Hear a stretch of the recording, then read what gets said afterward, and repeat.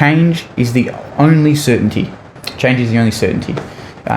You're not going to be able to close your eyes and continue walking forward without eventually hitting a wall or falling off a cliff, because the world's changing. You can't just walk in a straight line with your eyes shut. You're going to hit something, or something's going to hit you.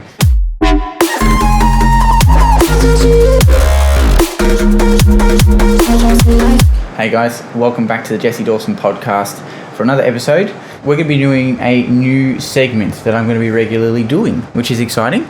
It's going to be called What I Learned, and I don't care if it's correct grammar or not, that's what it's going to be called. So today we're going to be talking about what I learned from a drug addict. So it's going to be a bunch of places that I learnt something from, and it can be really obscure things like what I learned from a mother of 2 kids, or what I learned from a psychopath, that one's coming up, what I learned from my relationships exploding violently in my face, things like that. And it's going to be really good because I'm going to take nuggets of gold out of things that are really obscure places and normal places as well. So let's dive into it. So today the first installment of what I learned is what I learned from a drug addict. And we're going to go from there. And if you can hear the rain, I apologise. There's nothing I can do about it. It's quite soothing actually.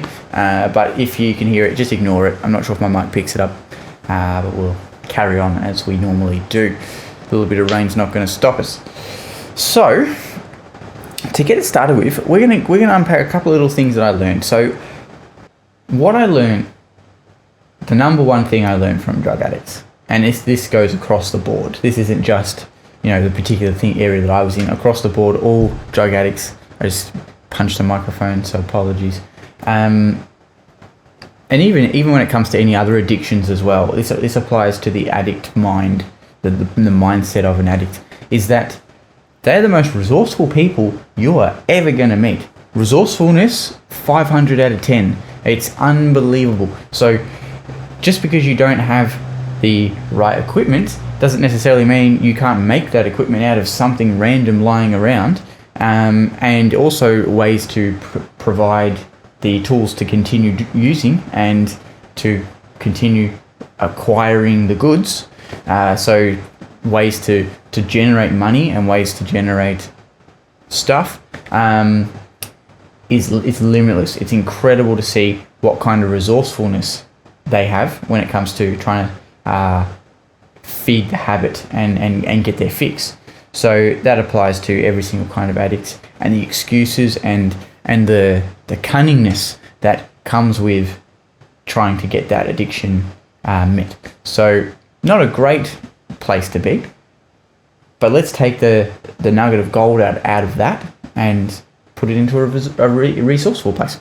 So if you take the context of that resourcefulness and change the drug addiction or the alcoholism or gambling or whatever it is, the other addiction that's there, and you then insert relationship, goals, career, finances, whatever it is, and you bring that mindset into the thing you're trying to achieve, you bring that resourcefulness and that like the cunningness to achieve the goal, as long as it's not at the expense of another person, which often over this side is a lot of the time at the expense of other people, because it's all a self-focused game.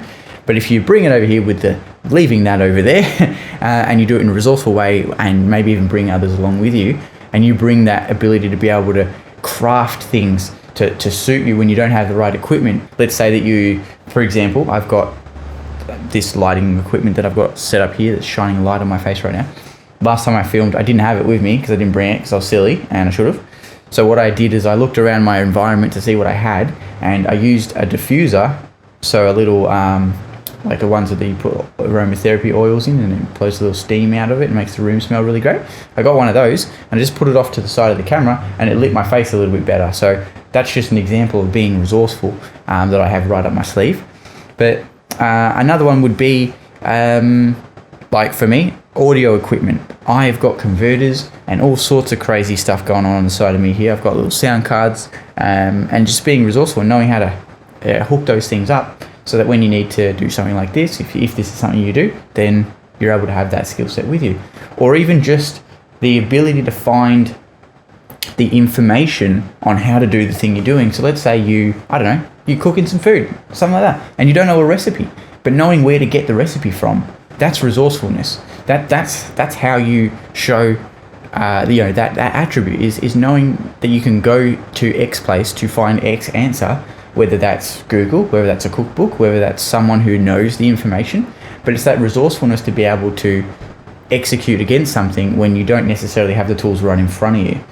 And another way I can sort of talk about resourcefulness when it comes to the things I've seen from that particular area from addicts is that they have an ability to think differently. They have this critical thinking capability that isn't present in a normal situation where you're not desperate for something, because I'm sure everyone can relate. When you're desperate for something, let's say you've got a food craving and it's a hankerer, it's bloody strong, and you're just like, I could just kill a Mars bar right now, absolutely destroy it. Or it's like some, I don't know, maybe it's a dish that your parents cooked for you when you were younger or something, and you're just like, man, I could destroy that. And all you can think about is that. Or if you've ever fasted, if you've ever done fasting, I know from this when I've fasted, when it comes to the end of that fasting session, all you can think about is that thing and how to cook it and how to prepare it and all the different things you could do and all the different foods you could want and all that stuff. And it's exactly like that, except for something else, obviously. And having that critical thinking of discovering options is I can't even think of anything. Well, it's critical. It's critical thinking. It is something that's going to separate you from, the needle in the haystack, if that makes sense.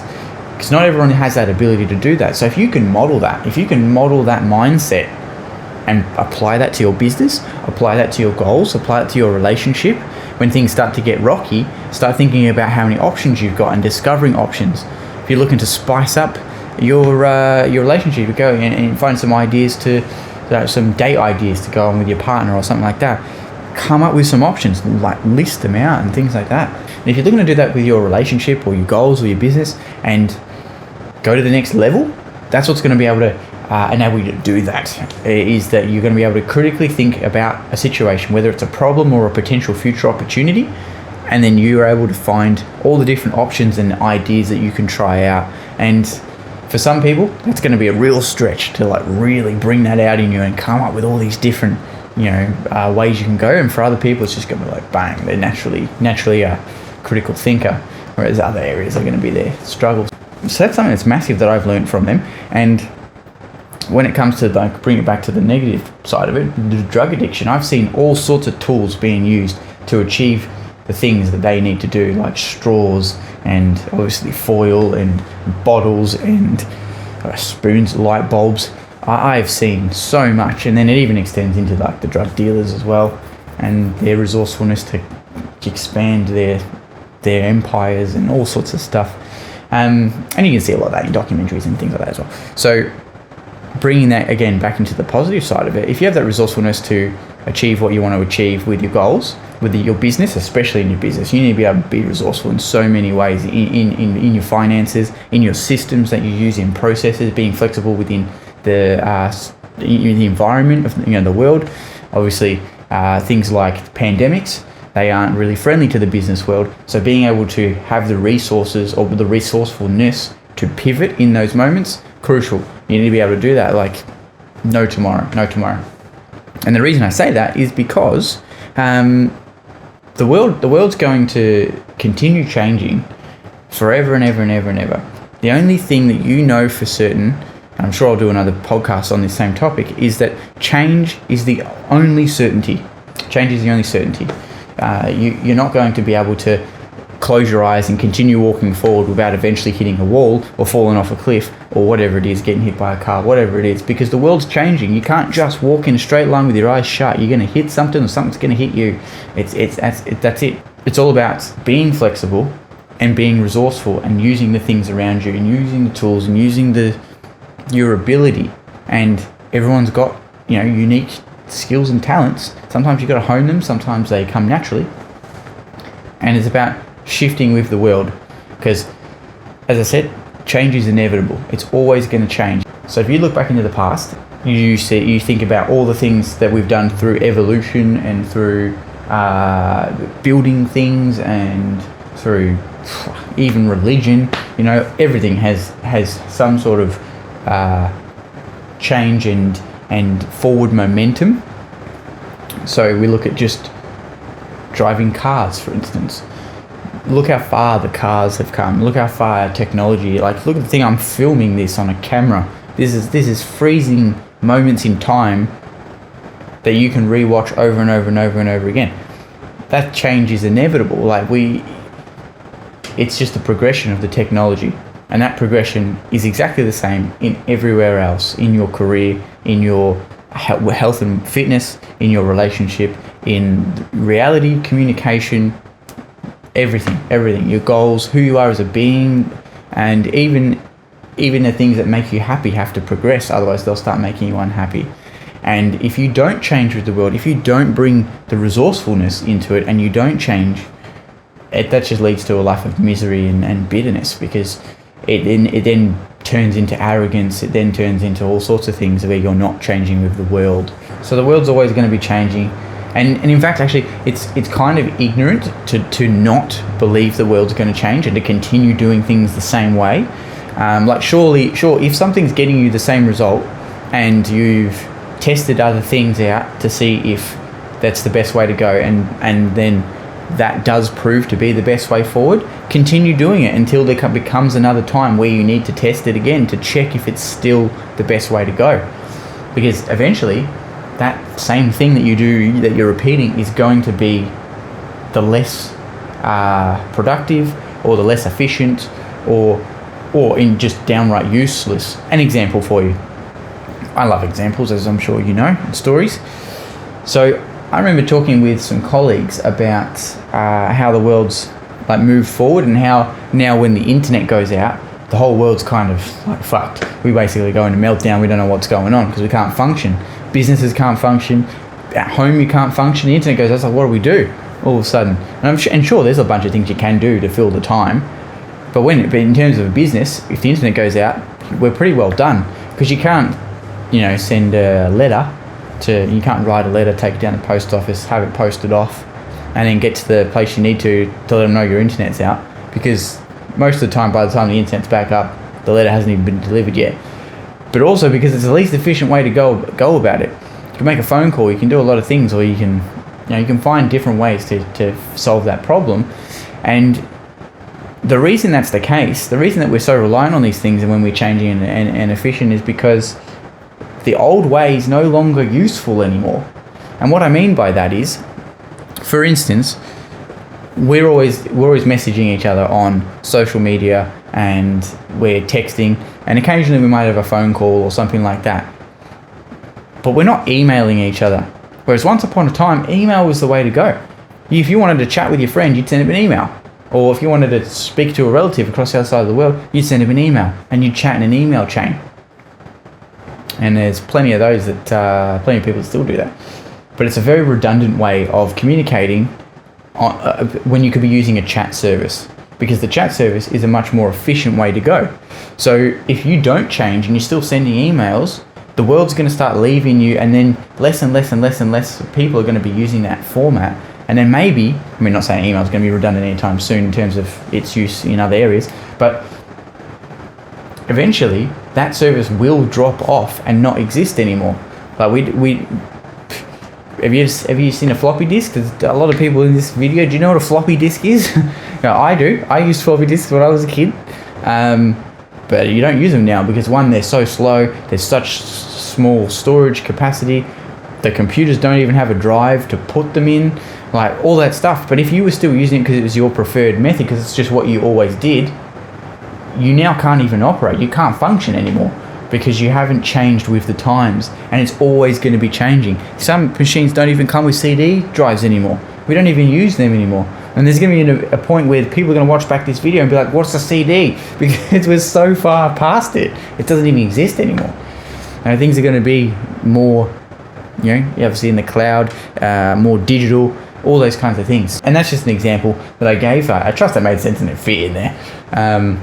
But that's it. If you don't change, you're going to get lost. You're going to get left behind. And it's about keeping up, and it's about moving and having that forward momentum in the world, especially in the business world, but even in your personal world as well. So if you don't have your personal mindset in place to continue moving you forward, your friendships and your relationships and even your relationship with yourself won't grow.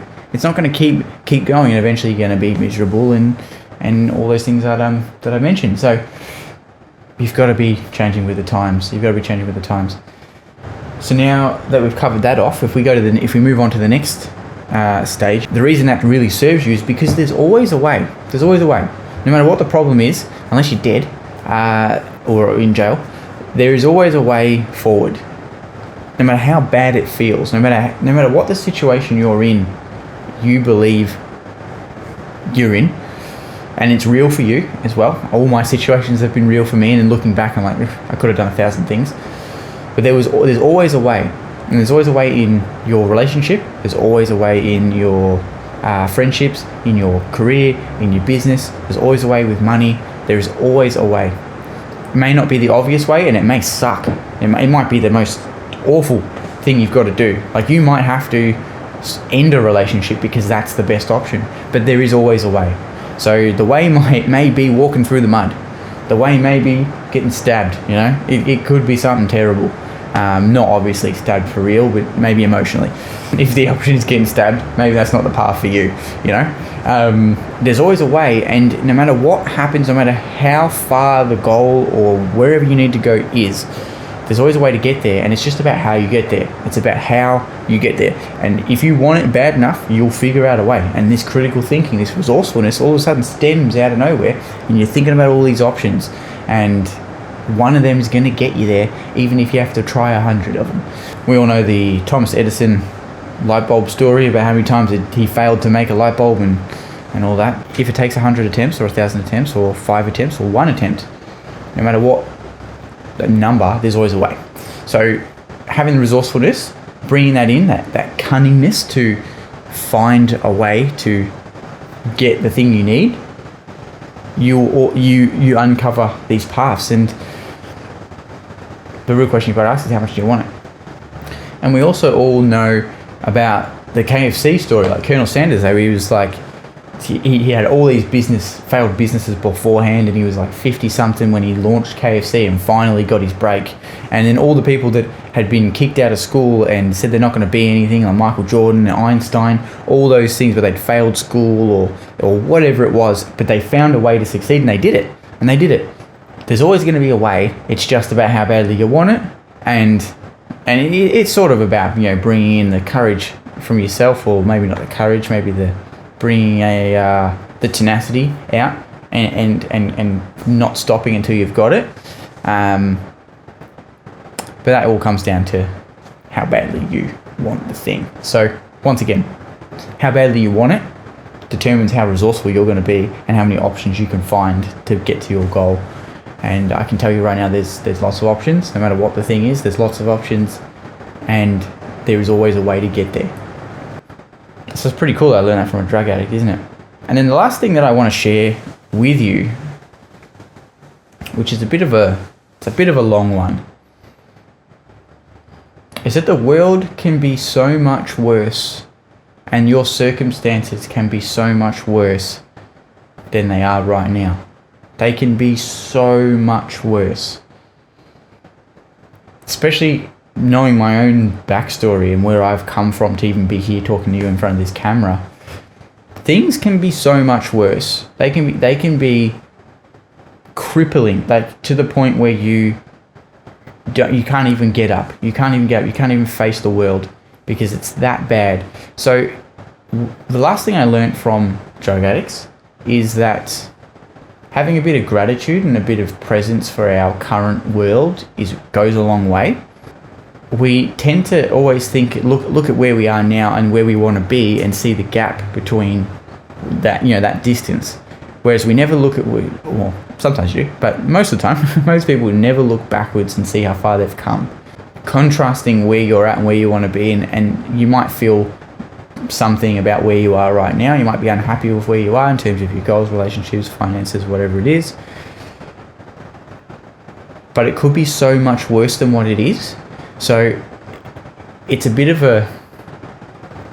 I'm handing this sort of back over to you and saying, look at where you are and have a bit of acceptance for where you are, and a bit of gratitude and a bit of appreciation for the things around you that you do have, and the things around you that you could not have, and live quite happily and live quite comfortably.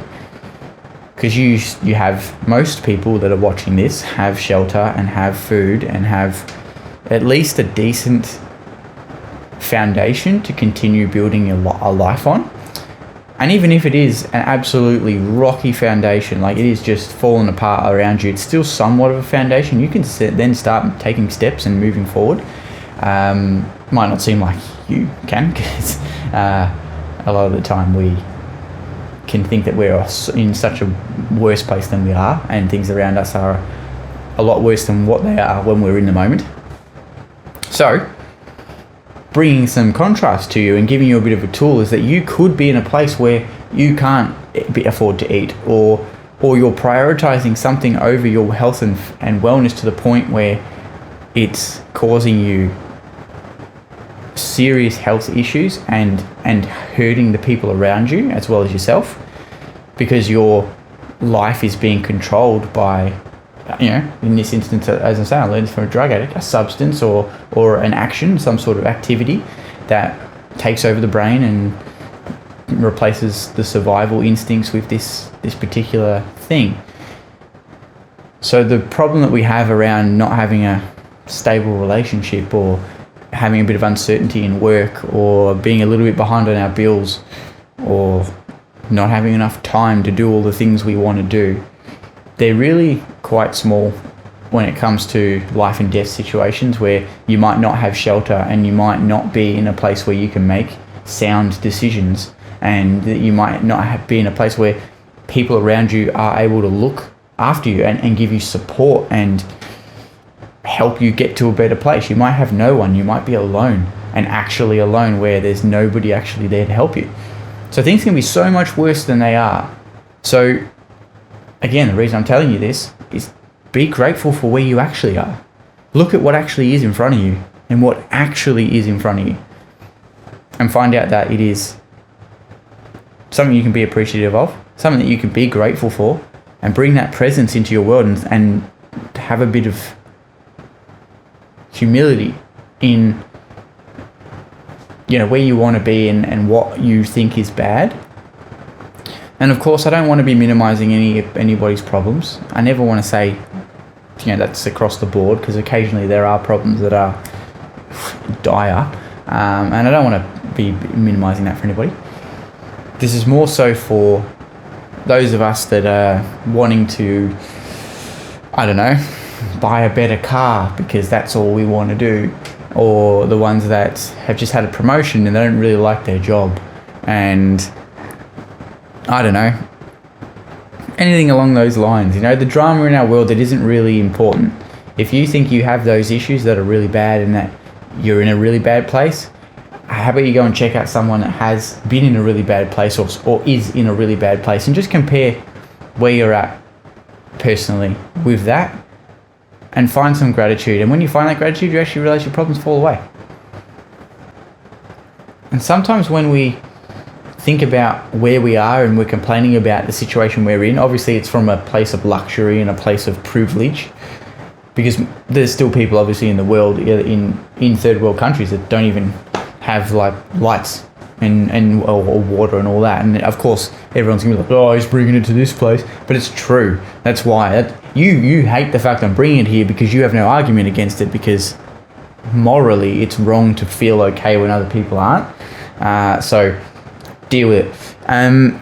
The point is, what I'm saying is that we often are looking from the top of our palace at another person's castle and think, wow, their castle's so much bigger than mine.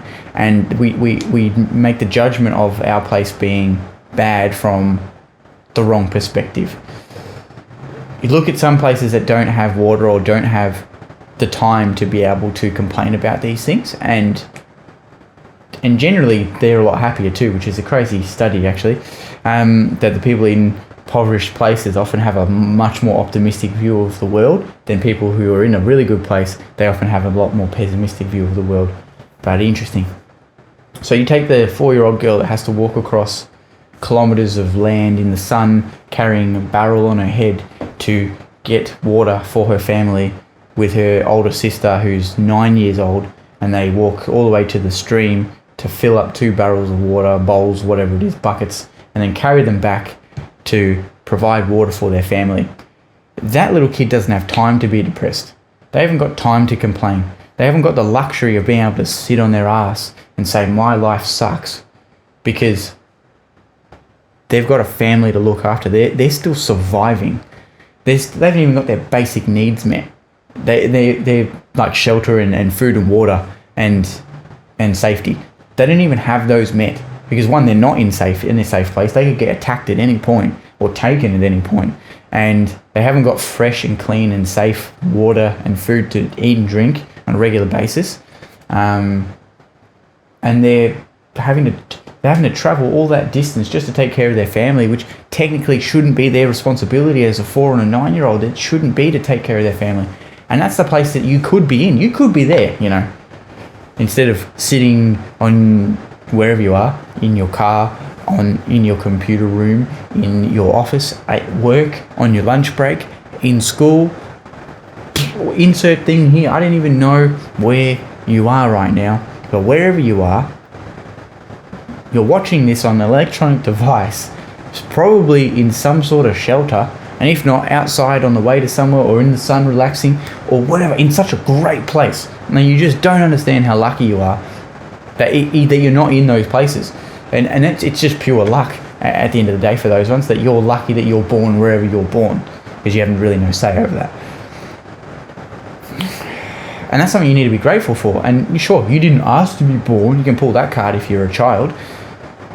But you were born, and it did happen. So be grateful for it. And if you can't be grateful for it, work on that.